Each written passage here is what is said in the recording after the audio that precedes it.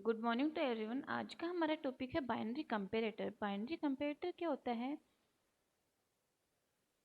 Comparator एक ऐसा combinational circuit होता है जो कि हमारे जो गिवन नंबर्स होते हैं उनको कंपेयर करता है।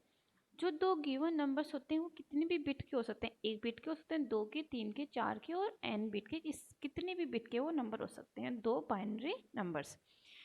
ये हमारा क्या है, बाइनरी जो नंबर है उसका ब्लॉक डायग्राम।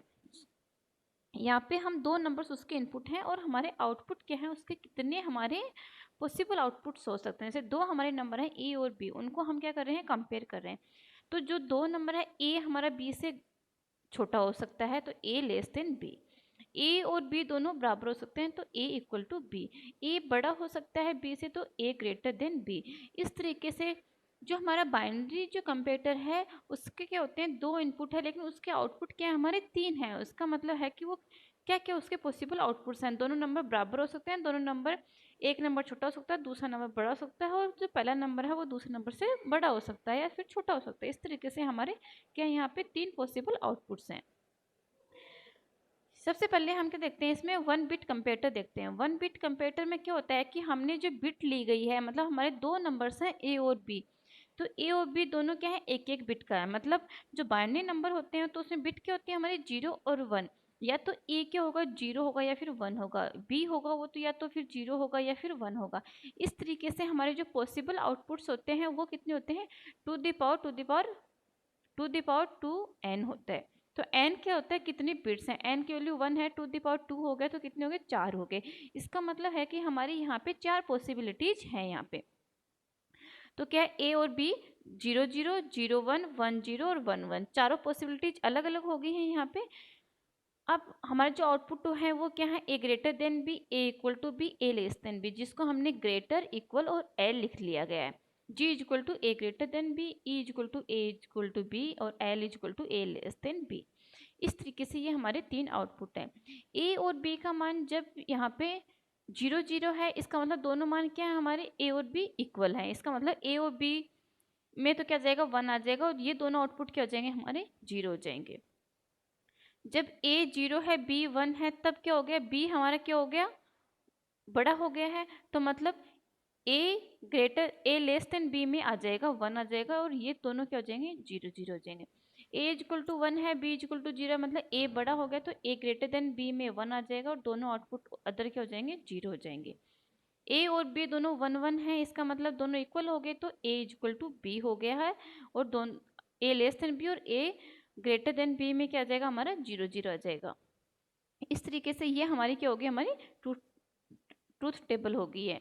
इससे हम क्या करते हैं, इसे लॉजिकल एक्सप्रेशन लिखते हैं और उससे हम इसका लॉजिकल डायग्राम बनाते हैं। Logical expression greater than B के लिए, जी के लिए हम लिखेंगे तो क्या होगा, इसका आउटपुट वन कब है, जब ए इक्वल टू वन है और बी इक्वल टू जीरो है, तब इसका आउटपुट वन है। इसका मतलब ए इंटू बी बार, ये इसका क्या हो गया, हमारा आउटपुट हो गया। जी इक्वल टू क्या हो गया, ए बी बार हो गया।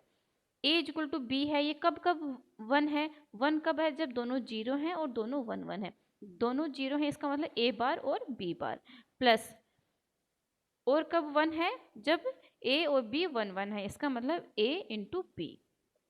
ए bar B bar plus A B कितना हो जाता है, ए एक्सनोर बी। एक्सनोर का मतलब है कि जब दोनों आउटपुट या तो दोनों आउटपुट सेम हो तब आउटपुट वन होता है।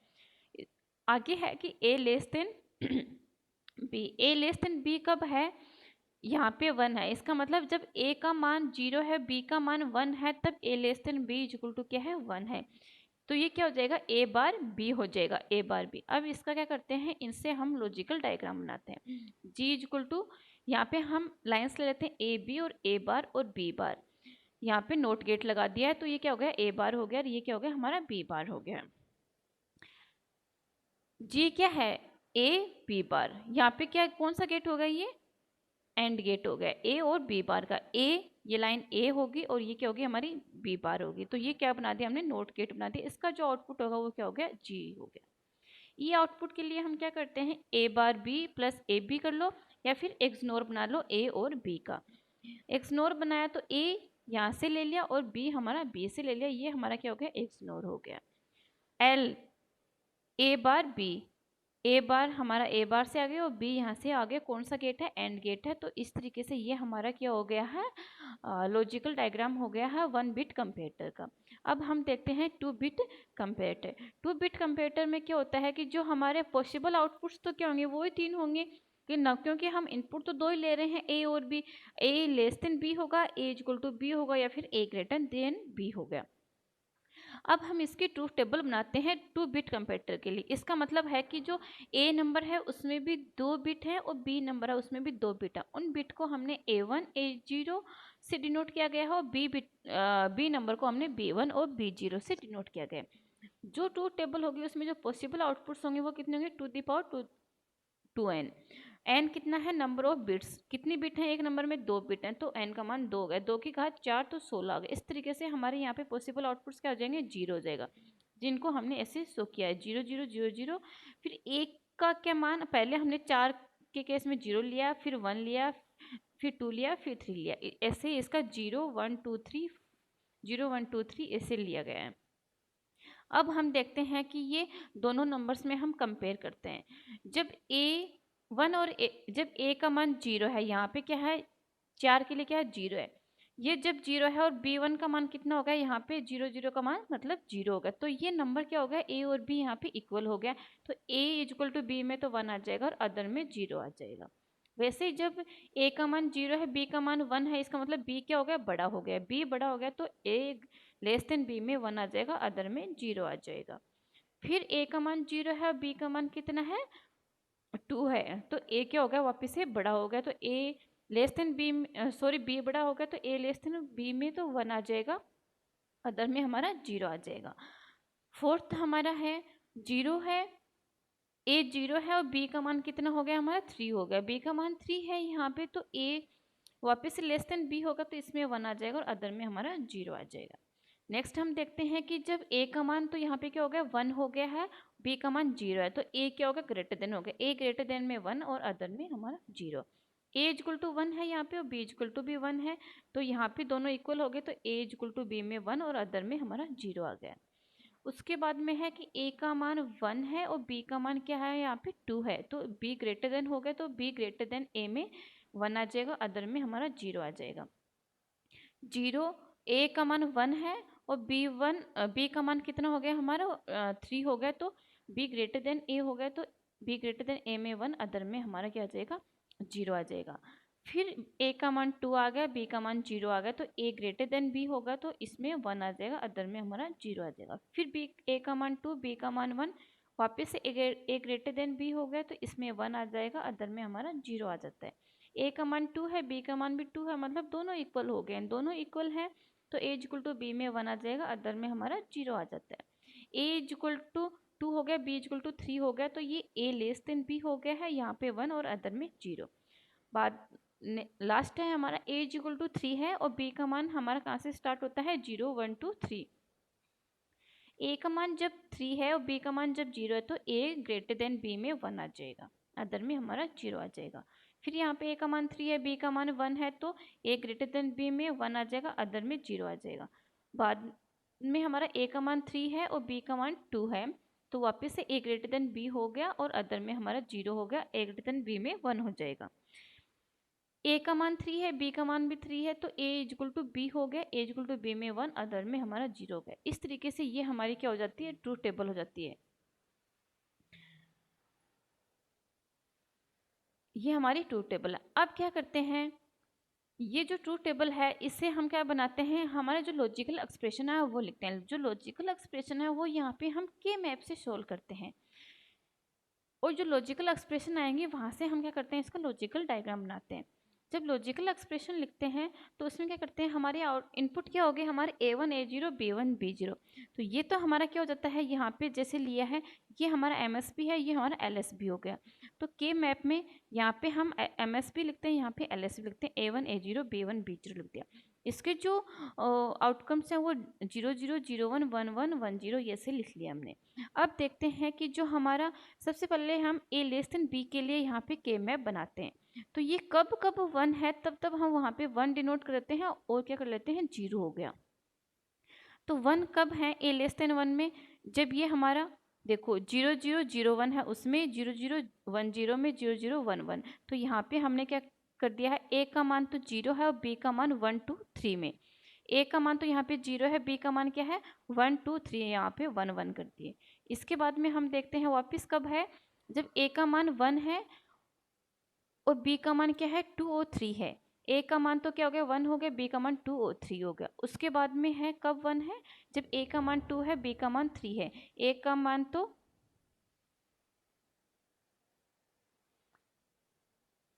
ए का मान तो कितना हो गया इसमें 2 हो गया है और बी का मान कितना हो गया 3 हो गया, तब हमने 1 कर लिया। इस तरीके से ये क्या बना लिया हमने, के मैप में इसकी वैल्यूज लिख ली है कि कब कब 1 और 0 है। अब इसमें हम क्या करते हैं, पेयरिंग करते हैं। तो एक तो ये क्वाड्रेंट बन जाता है 4 का 1 1 1 1 का, एक ही पेयरिंग हो जाती है यहाँ पे इस 1 की और इस 1 की, और दूसरी हो जाती है इसकी और इसकी। तो ये जो 4 हैं तो यहाँ पे हम लॉजिकल एक्सप्रेशन लिखेंगे, तो इसके में क्या क्या कॉमन है चारों के लिए। यहाँ पे तो क्या है B1 कॉमन हो गया और इधर क्या हो गया हमारा A1 बार हो गया है। तो इस तरीके से यहाँ पे लिखा है मैंने A1 बार और B1 लिख दिया। फिर इस 1 के लिए लिखा है हमने 1 और 1 जो ये पेयरिंग है इन दोनों के लिए लिखा है यहाँ पे तो A1 बार और A0 बार, A1 बार और A0 बार। यहाँ पे क्या कॉमन है हमारा B0 का बार, सॉरी B0, यहाँ पे B0 हमारा कॉमन है। नेक्स्ट है हमारा तीसरा, ये है इस 1 के लिए और इस 1 के लिए। तो यहाँ पे कॉमन क्या है, एक तो हमारा A0 बार कॉमन है, A0 बार कॉमन है। दूसरा हमारा 1 1 है तो B1 और B0 हमारा कॉमन है। इस तरीके से ये इसके लिए क्या हो गया, हमारी लॉजिकल एक्सप्रेशन हो गई है। नेक्स्ट है हमारा A=B के लिए हम एक्सप्रेशन लिखें। तो वापस से हमारा के मैप ऐसा का हो गया, MSB और LSB लिख दिए 0 0 0 1 1। तो A=B है, तब हमारा क्या है यहाँ पे 1 1 है। तो A=B कब होगा, एक तो 0 0 में हो गया, एक 0 और 1 में हो गया, एक 1 1 में हो गया, एक क्या हो गया 1 0 और इधर से भी 1 0। ये हमारे क्या आ गए, 4 पॉसिबल्स वंस आ गए हैं और हमारे 0 आ गए। तो यहाँ पे कोई भी यहाँ पे पेयरिंग नहीं हो रही है। तो हम इसके लिए लिखते हैं, एक्सप्रेशन लिखते हैं। तो ये इस 1 के लिए क्या आएगा हमारा A1 बार A0 बार B1 बार B0 बार। इसके लिए क्या आ जाएगा हमारा A1 बार A0 और यहाँ पे B1 बार और B0। इस 1 के लिए आ जाएगा हमारा A1 A0 B1 B0, और इसके लिए क्या आ जाएगा हमारा A1 A0 बार और B1 B0 बार। इस तरीके से हमने ये यहाँ पे लिख लिए हैं। इसमें और इसमें हम कॉमन ले लेते हैं, क्या लेते हैं A1 और B1, A1 बार और B1 बार, A1 बार और B1 बार कॉमन ले लिया। तो यहाँ क्या बच गया हमारा A0 बार B0 बार और यहाँ पे A0 B0। इन दोनों में हम कॉमन लेते हैं A1 और B1। तो यहाँ क्या हो गया हमारा A0 बार B0 बार, इधर A0 और B0, या A0 और B0 भी हम बोल सकते हैं इनको। A1 बार B1 बार हो गया। अब ये क्या, ये किस, अब यहाँ पे इन दोनों में भी ये दोनों कॉमन आ गए। तो इधर क्या हो गया A0 bar B0 bar plus A और A0 B0, ये हमारा क्या आ गया इसमें कॉमन आ गई। इन दोनों, ये दोनों क्या हो जाएंगे, ऐड हो जाएंगे। तो A1 बार प्लस A1 बार B1 बार प्लस A1 B1, ये किसका एक्सप्रेशन है A1 XNOR B1 का। ये किसका एक्सप्रेशन है A0 XNOR B0 का एक्सप्रेशन है। इस तरीके से A=B के लिए लॉजिकल एक्सप्रेशन क्या हो गया A1 XNOR B1 into A0 XNOR B0, मतलब दोनों का इनका XNOR का एंड हो रहा है यहाँ पे। थर्ड हमारा बच्चा है कि A>B के लिए। A>B के लिए हम एक्सप्रेशन लिखें तो कब कब हमारा 1 है, जब A1 का मान 1 है और इसका मान 0 है, तब A1 का मान हमारा 1 है और इसका मान 0 है, तब 1 कर दिया। उसके बाद में क्या आता है हमारा A1 का मान हमारा 2 है और इसका मान कितना है हमारा 0 और 1 है। A1 का मान 2 और इसका मान 0 और 1 ये आ गया। इसके बाद में A का मान तो हमारा 3 हो गया और जो B है उसका मान क्या है 0 1 और 2। तो A का मान तो हमने यहाँ पे क्या ले लिया 3 ले लिया, A का मान तो हमने 3 ले लिया, और यहाँ पे B का मान क्या है 0 1 2 3, 0 0 1 और 2। इसके लिए हमारा क्या हो गया A>B हो गया। इस तरीके से ये हमने इसका यहाँ से के मैप बना लिया गया। अब इसमें जो पेयरिंग है वो इन 4 की होगी, इन 2 की होगी और इसकी होगी। इसके लिए हम लॉजिकल एक्सप्रेशन लिखते हैं। तो इन 4 के लिए हम लिखें तो यहाँ पे क्या कॉमन आ रहा है, यहाँ पे तो आ गया B1 बार आ गया और इधर से क्या आ जाएगा हमारा A1 आ जाएगा। तो ये हमने लिख दिया यहाँ पे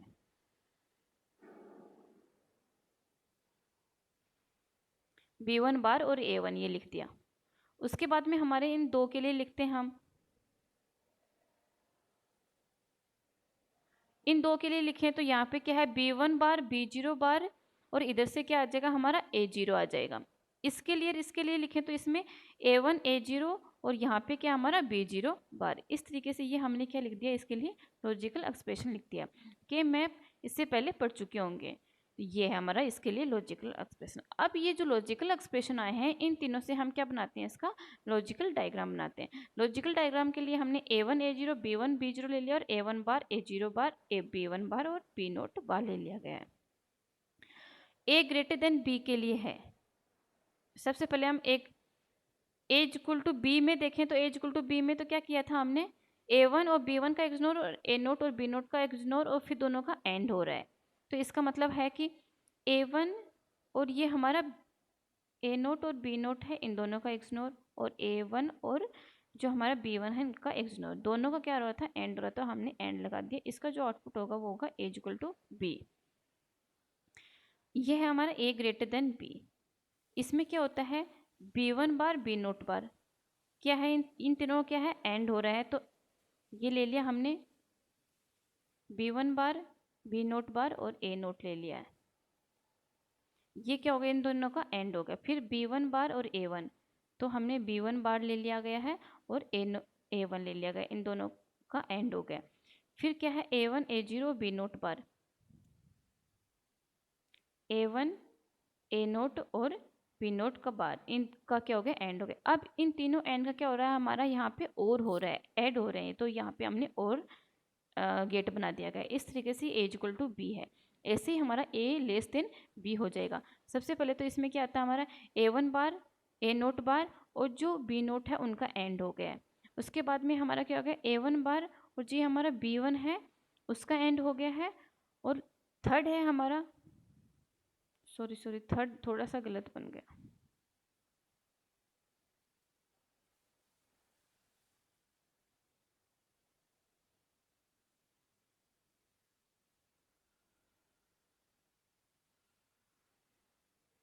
तो इसमें क्या करते हैं हम,